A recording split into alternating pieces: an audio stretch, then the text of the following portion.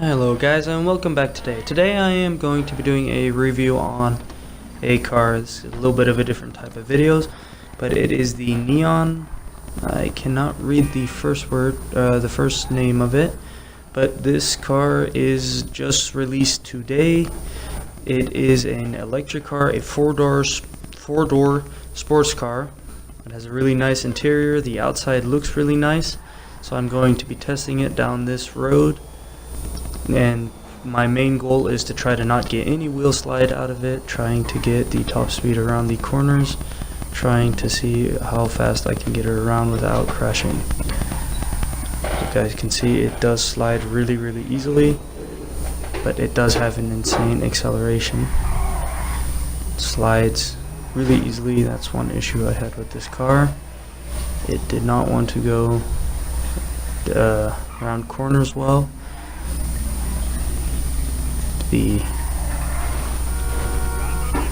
Now, one other thing I would like to add is I am not anywhere near the best driver in GTA.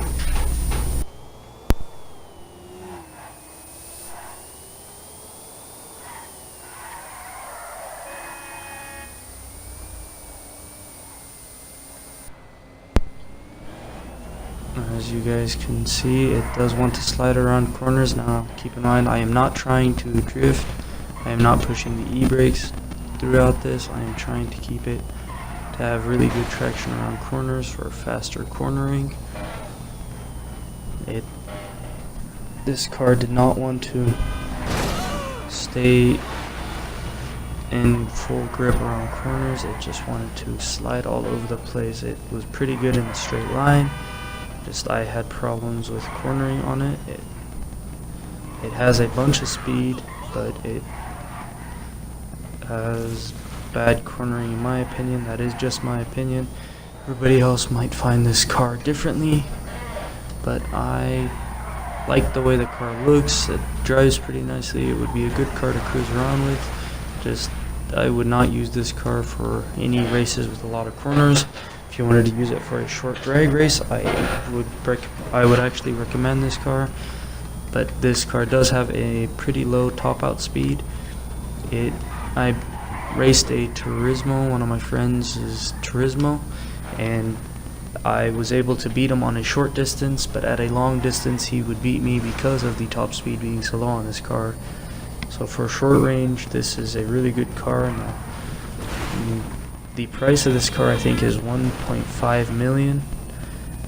It is in my opinion, it is a little bit overpriced. It is an electric car, which means it has good acceleration, but the handling is not as good as it could have been. If they would have added maybe more grip or anything around more grip, maybe a little bit better braking or something to where it would handle better for racing, that would make more sense to me. But it does not have, it has acceleration, it just does not really seem to have cornering capabilities. So in my opinion, I would not buy this car for racing. If you wanted a nice car to look cool in your garage, or a four-door car that is pretty fast for you and your friends to go cruising with, you can have 4 people in it, then this car might be worth your money.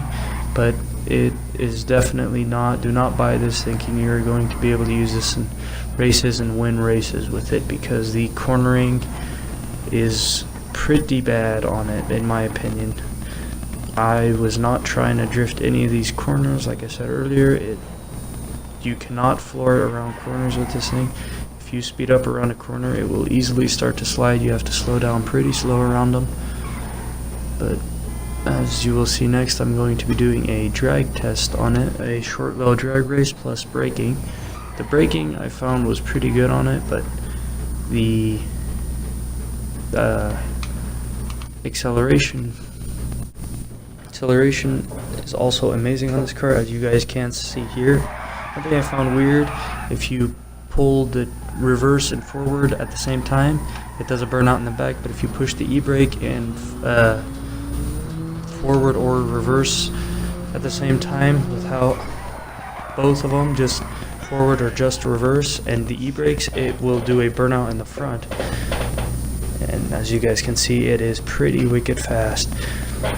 This might be one of the fastest cars for short races, but pretty much anything longer than this I would not recommend using it for. As I said earlier, the top speed is insanely low on this car. As you guys can see, I started braking as soon as I got off of the bridge. That was with both brakes, the reverse and e-brakes both completely in.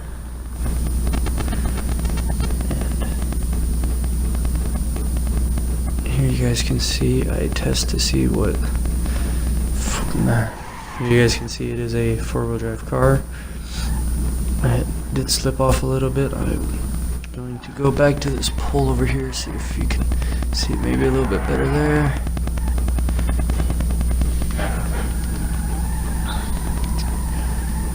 Now keep in mind, guys, this car is supposed to be a really good car for racing.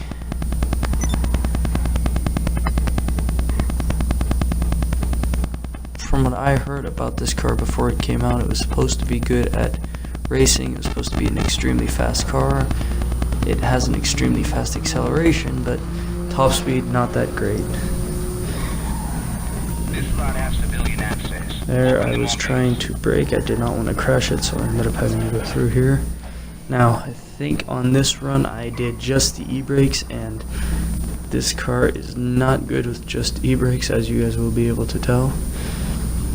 It has horrible braking power with using just the e-brakes. Now that time was just the reverse, not e-brakes. I guess it's the next time that I did just e-brakes.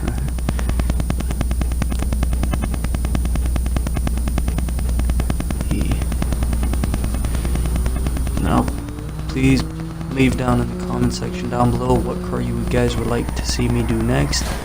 Any car you would like to see be tested on these roads for handling, acceleration, and pricing, to see what car you want to buy next. Maybe if you have a car you might want to buy but it's a little pricey and you don't want to buy it without knowing something about the car, please leave it down in the comments below, and I will try to do my best to do a review on it. I will be trying to upload a video, trying to upload it regularly, so please let me know what you guys would see. As you guys can see, this was the just e-brakes here, so it does not have good brakes for e-braking. But yeah, please leave a comment down below what kind of car you guys would like to see me do next. Subscribe to my channel and share with your friends, like this video.